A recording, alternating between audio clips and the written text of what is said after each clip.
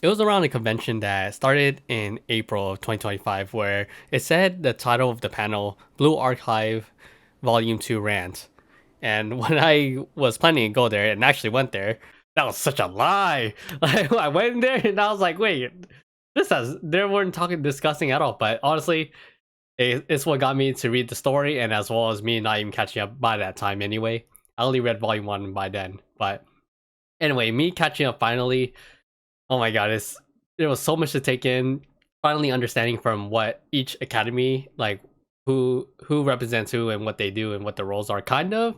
I mean, there was a few questions I had in the air, which was like, where does the gematria come from? And am I the only human male character in the story? In the anime, that's what it shows, but at least in the game, they make it more vague with like pronouns or just saying like they or there. But so it kind of gives you as an interpretation of what you are really. And then like the credit card, like what's that trump card that we have as a sensei, which in game we're allowed to use any students for the battle, but in story I do kind of wonder what that really represents. It kind of implies that you'll turn in like you'll lose your humanity in some way. I don't know.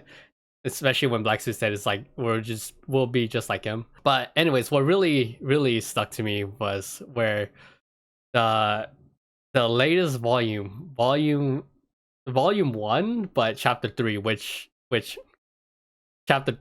also came out very like right after volume F, which was like the last or final chapter. But the meaning of the developers, I believe, was that it's the ending of the beginning or beginning, yeah, something like that. Basically, there's more that's coming that in the story. But from reading volume 1 to chapter 3, or at least reading chapter 3, so many feels. Like it really broke me down when, like, it already breaks me down when I read through volume F with Kuroko, when she was Kuroko as in Shiroko Terror. Seeing how, like, when you see her in her timeline with her like with her devastation with like walking through the desert and just completely lost, and then seeing like Anubis, I cannot say that name correctly, seeing him, and just overall the big story, and so much to take in. That already makes me like tear up and know what I mean when they feel that devastation. Where volume 1 chapter 3, Hoshino, when I saw her in that like moment, I don't know if it was like an actual contact, like, or it's just her way of envisioning it, or if it's like different timeline. I don't know, but seeing that moment made me really break down. And this is the funny part, is that I was at work too, reading this on my phone, and I was like, oh fuck, my tears started bursting out, and I'm lucky I had tissue at work, just grabbing it and covering my eyes. I was like, this is so heartbreaking. It was so sad. Oh my, I was like just finally seeing that struggle that she was going through this entire time. Like every time she's Hoshino was like getting close to finally like listen to her classmates or her underclassmen, and just something just takes it away. Because in this world, there's like more dimensions where something's like in place but not in place. It's kind of confusing like with how things are in there. But I mean, I kind of understand it, but I can't explain it really well. But yeah, it's kind of wild just to see how well they Isaku-san, who wrote the story, who I heard that left the team, I think.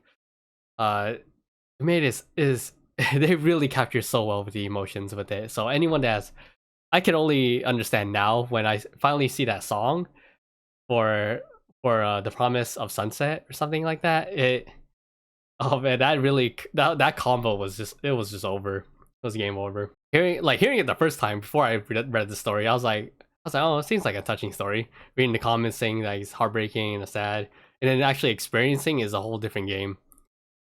I it was over. I was like, fuck, this is why I love Blue Archive. Like besides the besides the jokes of, I'm just like, you stay over there. You do you have fun with that, all right? Although it's low key kind of funny when it comes to those correction memes, but okay, I'm a little guilty because I'm down bad for Kisaki for some reason, just the way she talks. But anyway, and then there's other students as well that are just really hot.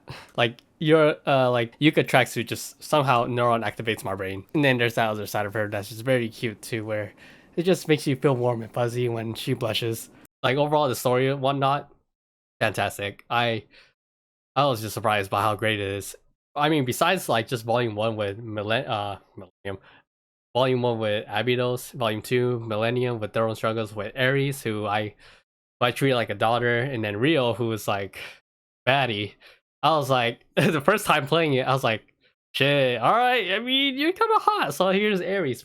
And then when actually reading it, it makes you really feel heartbroken to be there, like seeing the journey with Aries and the gaming club, and just seeing that development for her, where she's like wanting to be a hero, and then it's just her dreams being crumbled.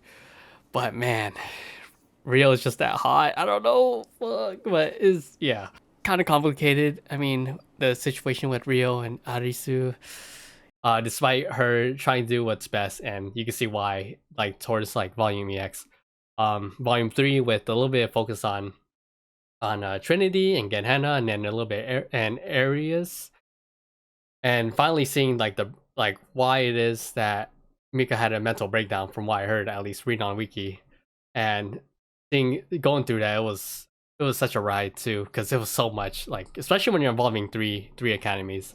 After was it after Volume F is when they released a second chapter, and that's when it expands more on like her senpais, the other SRT upperclassmen, and seeing their conflict with, they're aiming for the same thing but different different kind of actions that are not like exactly aligned with like what they believe in, at least for Miyako's side. So I have a lot more connection with Miyako as I read through volume 4. And then volume 5 was it, where you have Hyakkiyako, probably said that wrong, but you have Yukari, who's trying to have the whole squad together. And yeah, it's like just seeing that they feel like they have that view of themselves not being necessary now, since it took place after Volume F where it happened. Yeah, and seeing connections with Nagumo, which is like the latest banner now in JP. It's seeing her struggle too with that imposter syndrome. It was really rough, and like the build up for that was very very touching, very cinematic, and like with the music too. And yeah, I don't know, it was really a lot to take. And talking about the music's just phenomenal, with like creating the vibes of like the epic fights, and also like the chill vibes, and also like the events where it's just really like hyped up, or sometimes just soothing. I don't know, something about it. I love it so much. I don't know.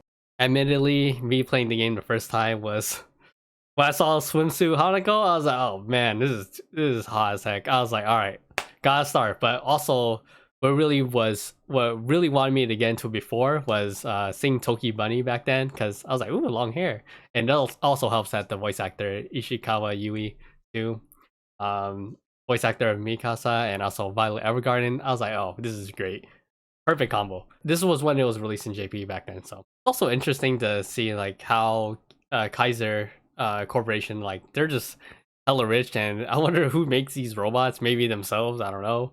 But yeah, I mean, you have that one of the presidents that looks hella fly, and I'm like, damn, mafia boss style. But yeah, that's another question I had concern of. Full Archive, really good story. If you haven't like really focused on the story yourself, if you're a player, at least I bet a lot of people have read it, or some people might have skipped it like me the first time, just like doing the dailies, playing the game, but not necessarily getting to the story. Anyhow, I hope you enjoyed this video. If you want to get an idea of Blue Archive overall, if you're completely new to it, there's the anime of volume 1 at least, and that I would say is close enough to at least the story, because then you can kind of see where Hoshino's like her view of like trying to protect her school and her classmates and such, at the very least, with the intro of it, and a little bit of a problem solver 98, a little bit of them, and a little bit of Trinity, because you see Hifumi and Nagisa. And yeah, I don't know. Overall, I just hope you enjoy it as much as I have, or probably much more if you're a veteran in this game. Super excited that the 6 PV, where it shows like the Millennium students were representing like Volume EX, where you see what's like the antagonist with all these kind of like robots or somewhat. And so that's something to look forward to. And as well as like, as of time of this recording, they released the Hyakkiyako summer students in. Oh, I'm down bad for Kikyo. Not to mention, there's also the Steam version of Blue Archive that I'm super excited about too. So anyone that's new is gonna have a treat to playing the game and reading the story on their computer. Also, there's other ways to play and see that. But hey, better quality, and yeah, I'm super excited. So hopefully this encourages you to maybe start if you haven't already started reading. Anyway, share your thoughts on like if you read the story already and what do you feel about it, as well as what got you into Blue Archive the first time and how like long ago if you remember. But yeah, thank you for watching the video and I'll see you next time.